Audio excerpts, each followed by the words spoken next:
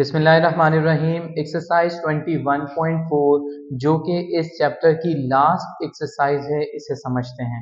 क्योंकि ये इस चैप्टर की लास्ट एक्सरसाइज है तो जितने अब तक यूज होने वाले कॉन्सेप्ट्स हैं जैसे 21.1 फिर 21.2 और 21.3 वो सारे कॉन्सेप्ट यहाँ पर रिवाइज होंगे।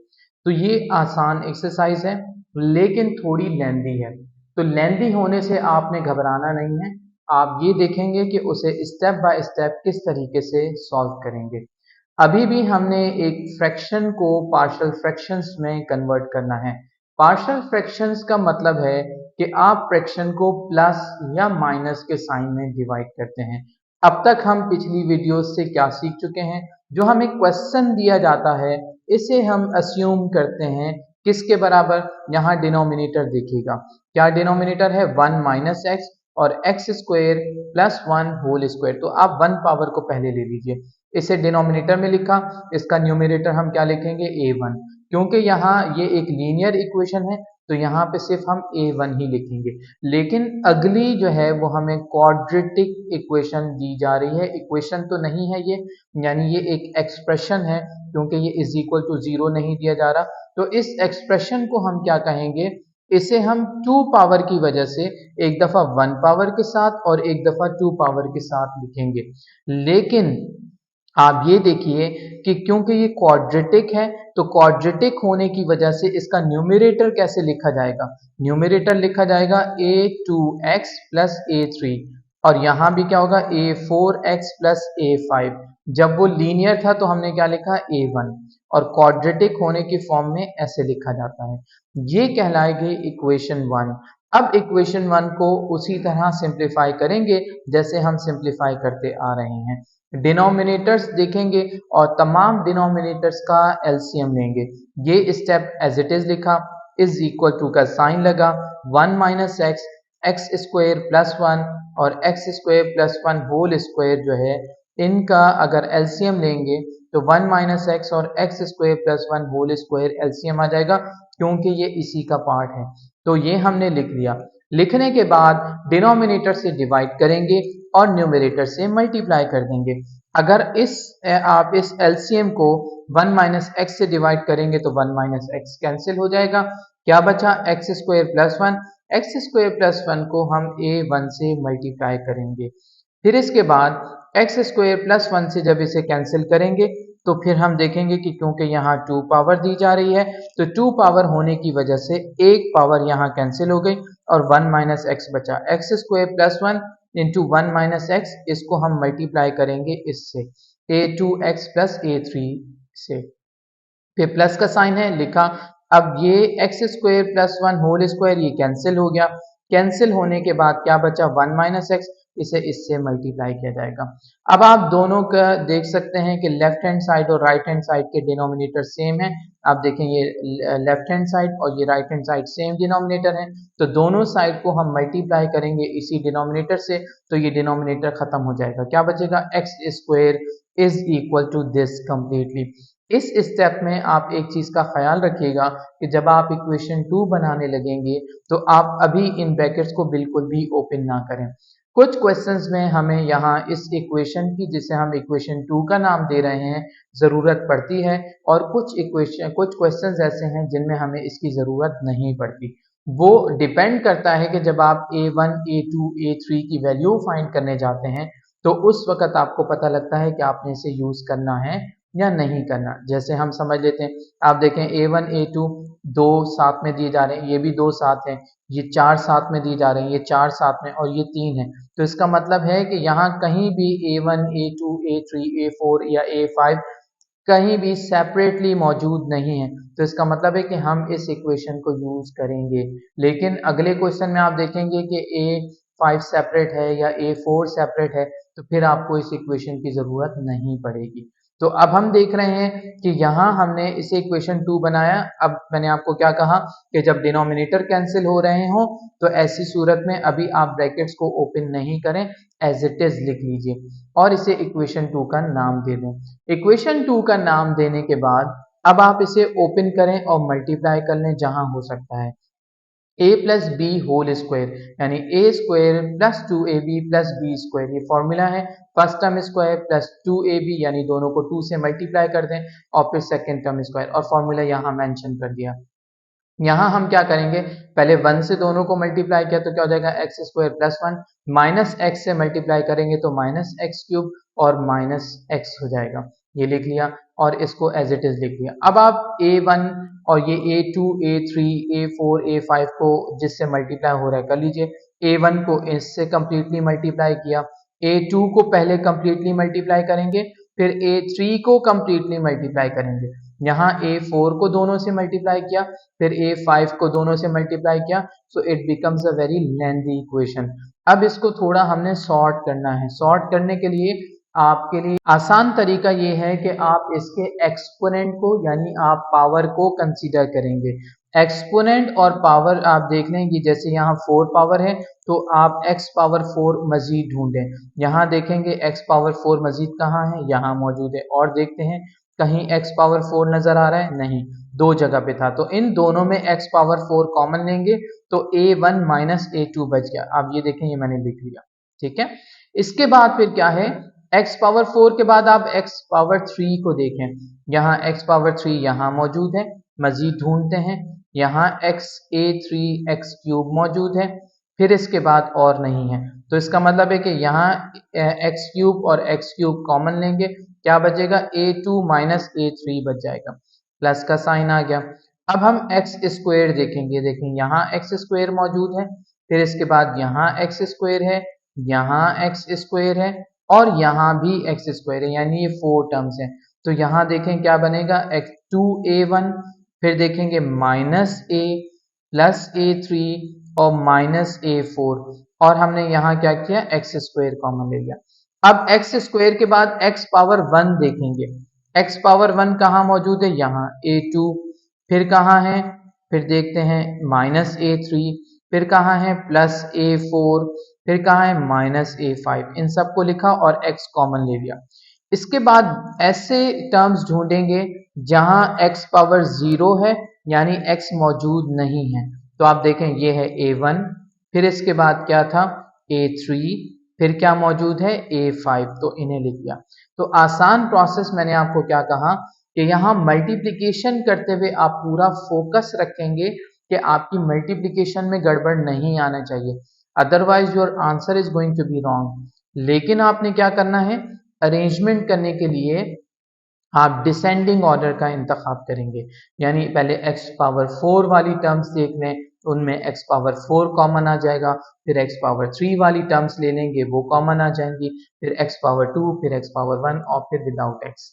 ये लिखने के बाद अब एक स्टेप मजीद समझ लीजिए, तो हम पेज टर्न करेंगे, यहाँ है x पावर 4, जबकि हमें लेफ्ट हैंड साइड पे x पावर 4 नहीं दी जा रही, तो इसका मतलब है कि a1 minus a2 is equal to 0, a2 minus a3, ये x क्यूब है, यहाँ x क्यूब नहीं दिया जा रहा, तो a2 माइनस a3 भी किसके बराबर होगा, डेफिनेटली 0 के बराबर होगा।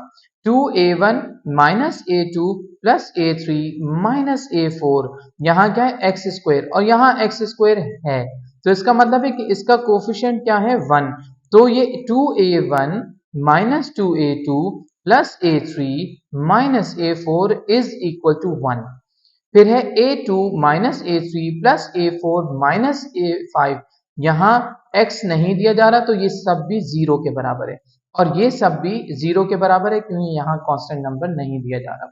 तो जो टर्म लेफ्ट हैंड साइड और राइट हैंड साइड पे मैच हो रही है, तो उसका कंपैरिजन करके हम उसके हिसाब से कोफिशिएंट लिख लेंगे, लेकिन अगर मौजूद नहीं है तो आप उसको 0 लिख लेंगे। अब इसके बाद हम चलते हैं आगे, लेकिन हमें पहले क्या करना है, सेकंड इक्वेशन को देखिए। सेकंड इक्वेशन में आप यहाँ 1 माइनस एक्स है, अब अगर मैं 1 माइनस एक्स को 0 के बराबर सपोज करूं तो 1 इज इक्वल टू एक्स हो जाएगा, क्योंकि ये इक्वेशन के दूसरी तरफ जाके प्लस एक्स हो जाएगा, तो x की क्या वैल्यू आई 1। हम किस सूरत में इक्वेशन 2 पिक करेंगे, मैंने आपको बताया था कि अगर आप यहाँ फोकस करेंगे कि जैसे a1 आपको सेपरेट दे दिया, अब आप उसको डायरेक्ट इक्वेशन की सेकंड साइड से कंपेयर कर सकते हैं, तो आप फाइंड कर लेंगे, लेकिन यहाँ मुझे कहीं भी कुछ भी सिंगल नजर नहीं आ रहा। यही वो लॉजिक है जिसकी वजह से मुझे ये इक्वेशन 2 लेनी पड़ रही है और मैंने x को 1 के बराबर यहां से सपोज किया और लिया और अब इसको हम यहाँ पुट करेंगे। x की जगह 1 लिखेंगे, यहाँ x की जगह 1, यहाँ x की जगह 1, यहाँ x की जगह 1, इधर इधर और इधर हर जगह x की जगह हम क्या लिख लेंगे 1। ये लिख लिया, यहाँ ये स्टेप बना। अब आप इसे फोकस करेंगे तो ये क्या है 1 स्क्वायर 1 है, 1 स्क्वायर 1 और ये 2 हो जाएगा, 2 स्क्वायर बन रहा है, ये मल्टीप्लाई होके a2 ही रहेगा, ये 0 हो जाएगा। ठीक है, ये इसको देख लीजिए, ये 1 + 1 होगा यानी 2 हो गया। फिर इसके बाद ये a4 है, a5 है और ये भी 0 हो गया। अब आप देख रहे हैं कि ये 0 है और ये 0, इस 0 का मतलब है कि ये कंप्लीट टर्म जो है वो 0 हो जाएगी, इस 0 का मतलब है कि ये कंप्लीट टर्म जो है वो 0 हो जाएगी।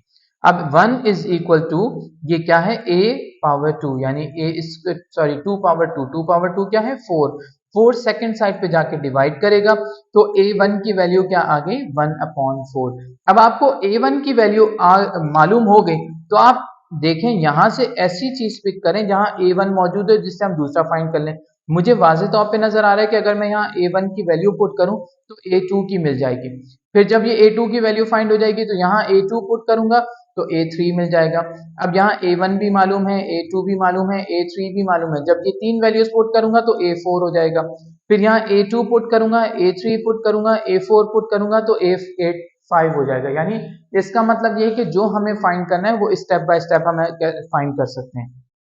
तो पहले हम क्या लेंगे a1 माइनस a2 0 के बराबर लेंगे, फिर उसके बाद हम लेंगे a2 माइनस a3 0 के बराबर।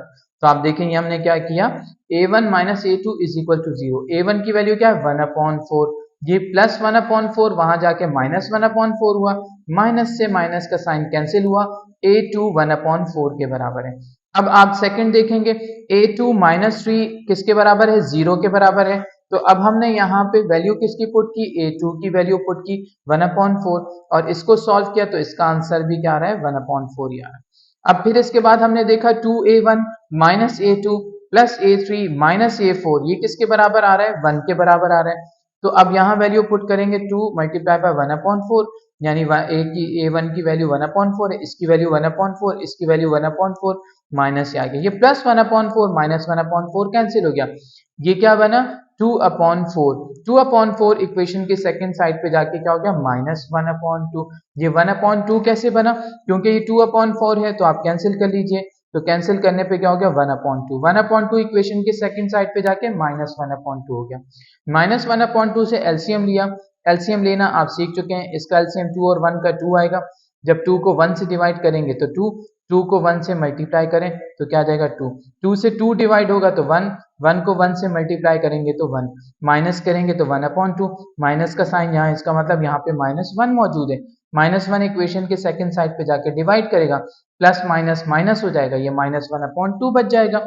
अब इसके बाद हम थर्ड जो है वो देख रहे हैं, हमें क्या मिल रहा है यहाँ से, ये मिल रहा है a1 plus a3 plus a5 is equal to 0, a1 a3 की वैल्यू पुट करेंगे और फिर a5 की वैल्यू आ जाएगी। अब तमाम वैल्यूज को हम इक्वेशन 1 में सब्स्टिट्यूट करेंगे। इक्वेशन 1 ये रही, इक्वेशन 1 में a की वैल्यू क्या सब्स्टिट्यूट करेंगे, a की वैल्यू 1/4, a2 की वैल्यू क्या सब्स्टिट्यूट करेंगे 1/4, a3 की वैल्यू क्या पुट करेंगे 1/4, a4 की वैल्यू क्या पुट करेंगे -1/2 और a5 की क्या वैल्यू पुट करेंगे -1/2। तो हमने ये सारा सब्स्टिट्यूट कर लिया, आप देख रहे हैं कि मैंने कैसे लिखा है, 1/4 का मतलब 4 डिनोमिनेटर में चला जाएगा क्योंकि ये डिनोमिनेटर ही है। अब यहाँ आप एलसीएम लें तो एलसीएम लेने से क्या होगा 4 और 4 का एलसीएम यहाँ मैं आपको लेके दिखा देता हूँ, 1/4x प्लस 1/4, इनका मैं एलसीएम लूंगा तो 4 आएगा, न्यूमरेटर में क्या बचेगा x प्लस 1, क्योंकि सेम डिनोमिनेटर है तो डायरेक्ट प्लस माइनस कर लेते हैं, तो हमने ऐड कर दिया। अब यह है x plus 1/4, x plus 1/4 denominator में लिख दिया, ये मौजूद था x स्क्वायर प्लस 1, यहाँ 2 है और माइनस भी, माइनस कॉमन ले लेंगे तो माइनस बाहर आ जाएगा, ये भी पॉजिटिव हो जाएगा, ये भी पॉजिटिव, 2 डिनोमिनेटर में आ गया, डिनोमिनेटर सेम हो तो डायरेक्ट x प्लस 1 हो जाएगा, ये माइनस बाहर आ चुका है, ये माइनस बाहर आ चुका है, तो जहन में रखिएगा कि दोनों पॉजिटिव हैं, तो 2 डिनोमिनेटर में आ गया, न्यूमरेटर में क्या बचा x प्लस 1, ये x प्लस 1 हो जाएगा और इसे एज इट इज लिख दिया। ये क्वेश्चन आपने समझ लिया। इस क्वेश्चन को समझने के बाद इसी प्रोसेस के साथ मजीद 4 क्वेश्चन हैं, आप उनका सॉल्यूशन देख लीजिए।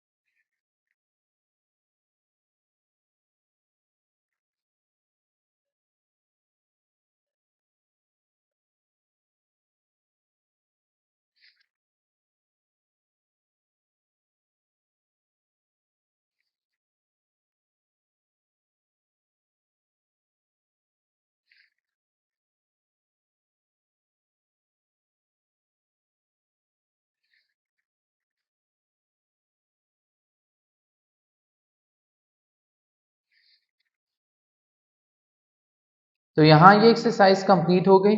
अब इंशाल्लाह नेक्स्ट चैप्टर की रिकॉर्डिंग करेंगे। अल्लाह हाफिज़ एवरीवन।